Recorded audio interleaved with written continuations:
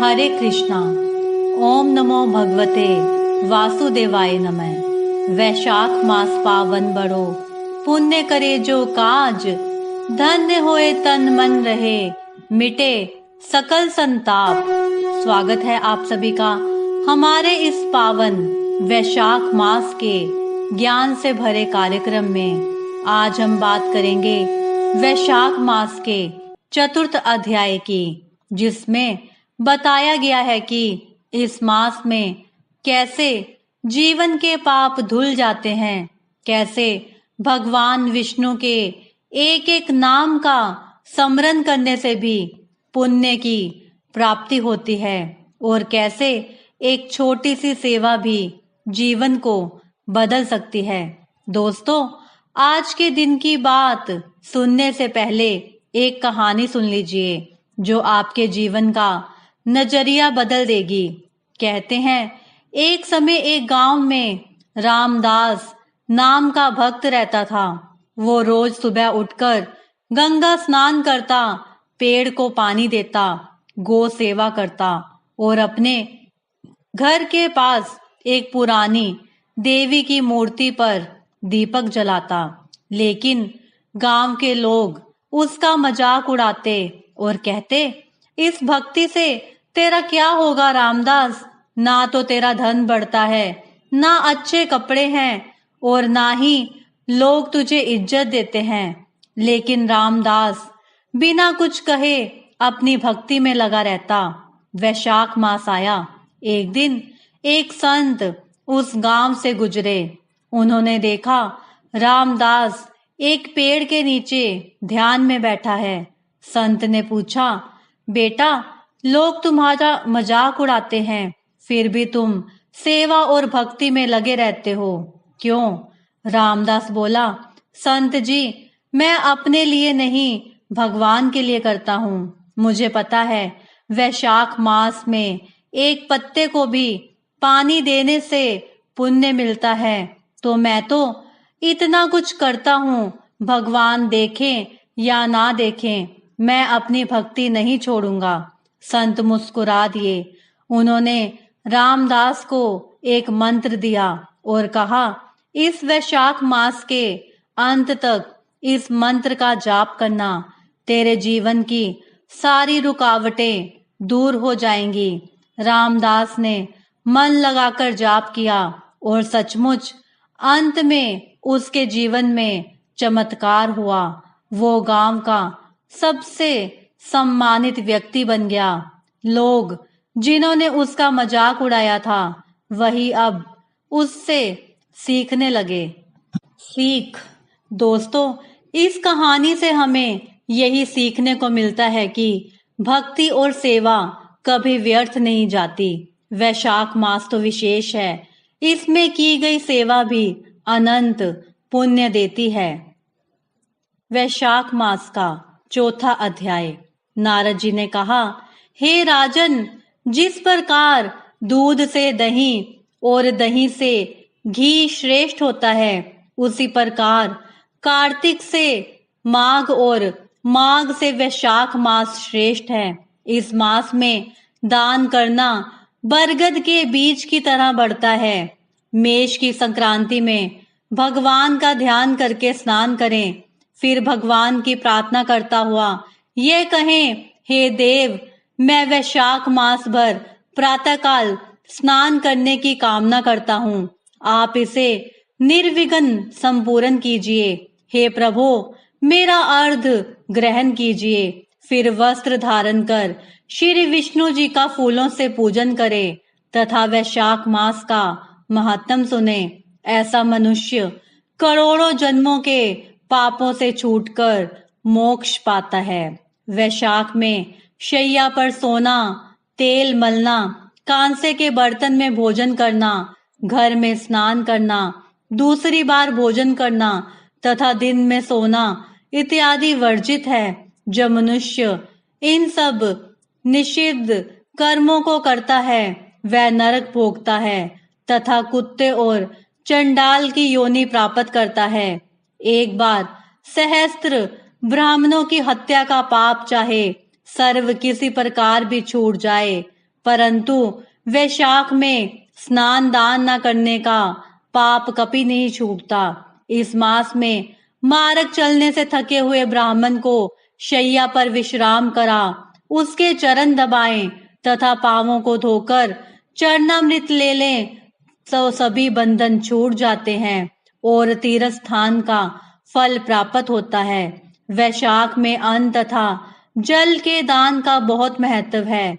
इससे दुख दूर होते हैं। प्रातःकाल सूर्योदय होने पर सागर में मिलने वाली नदियों गंगा, यमुना, कावेरी, नर्मदा आदि में स्नान करके भगवान का ध्यान करने से जन्म जन्मांतर के पाप नष्ट हो जाते हैं। कोई धनी हो या दरिद्र, चाहे पराधीन ही क्यों ना हो, उसे जो भी मिल सके वही ब्राह्मण को दान कर देना श्रेष्ठ है। कंद, मूल, फल, शाक, गुड़, बेर, पत्र, जल, मट्ठा जो भी वस्तु दान की जाती है वह सदैव को स्थिर बन जाती है। दान न करने से गरीबी आती है, गरीबी में पाप बनते हैं और पाप करने से नरक मिलता है।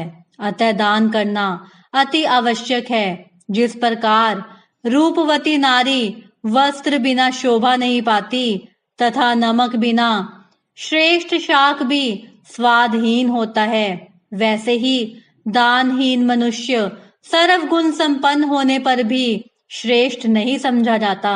उसी प्रकार वैशाख मास में स्नान दान न करने वाले मनुष्य के किए हुए सभी कर्म व्यर्थ सिद्ध होते हैं। वैशाख मास में की गई तीर्थ यात्रा तथा इस मास में किए गए यज्ञ तप आदि का फल सर्वाधिक होता है।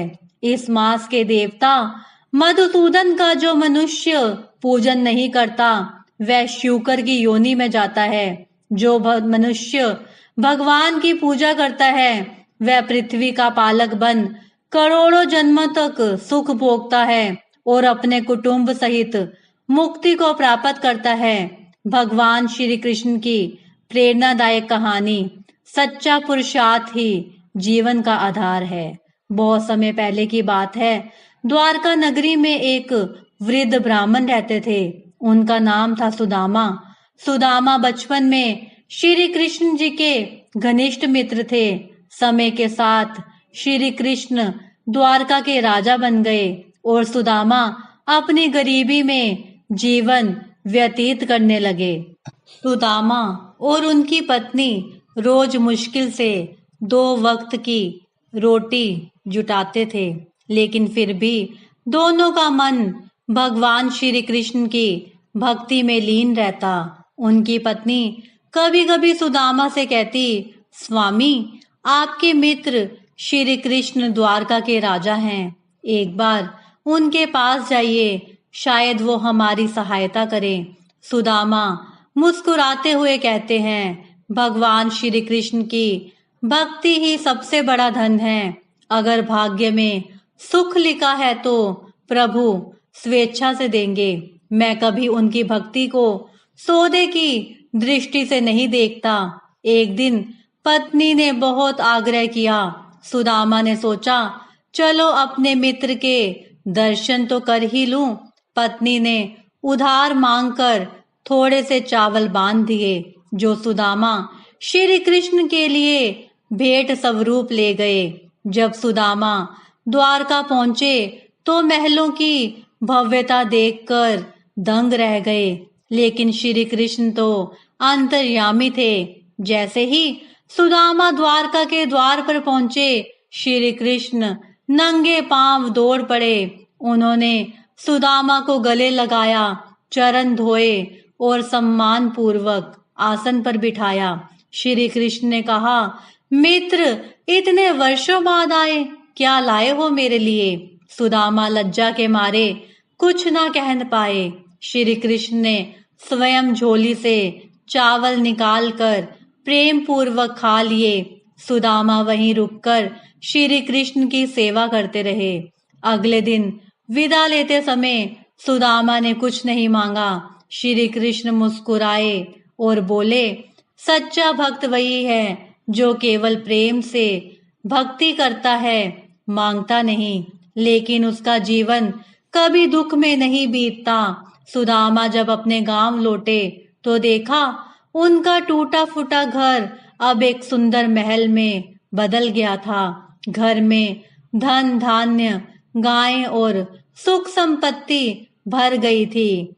इस कहानी से हमें यही प्रेरणा मिलती है कि जीवन में सच्ची भक्ति और पुरुषार्थ दोनों जरूरी हैं। जब हम बिना किसी लोभ के ईश्वर की भक्ति करते हैं और अपने कर्तव्य को पूरी ईमानदारी से निभाते हैं तो भगवान स्वयं हमारी सहायता करते हैं।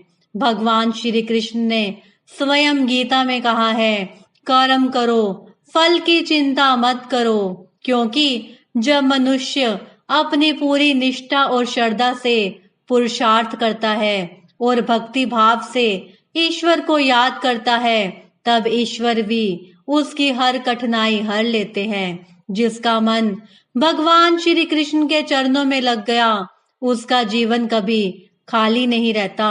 तो मित्रों, आज के इस चतुर्थ अध्याय में हमने जाना है कि वैशाख मास के दिनों में कैसे एक छोटी सी भक्ति भी जीवन बदल सकती है। आप भी इस पावन मास में गंगा स्नान, दान, गो सेवा और भगवान विष्णु का स्मरण करें।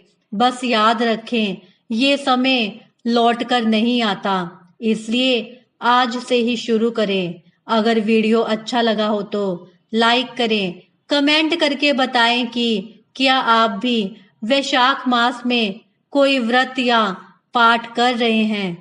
और हमारे चैनल प्रभु के प्यारे को सब्सक्राइब जरूर कर लीजिए, क्योंकि कल हम लेकर आ रहे हैं अध्याय 5 की पावन गाथा।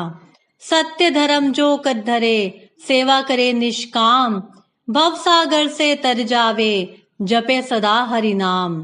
फिर मिलेंगे कल। जय श्री हरि, जय श्री विष्णु।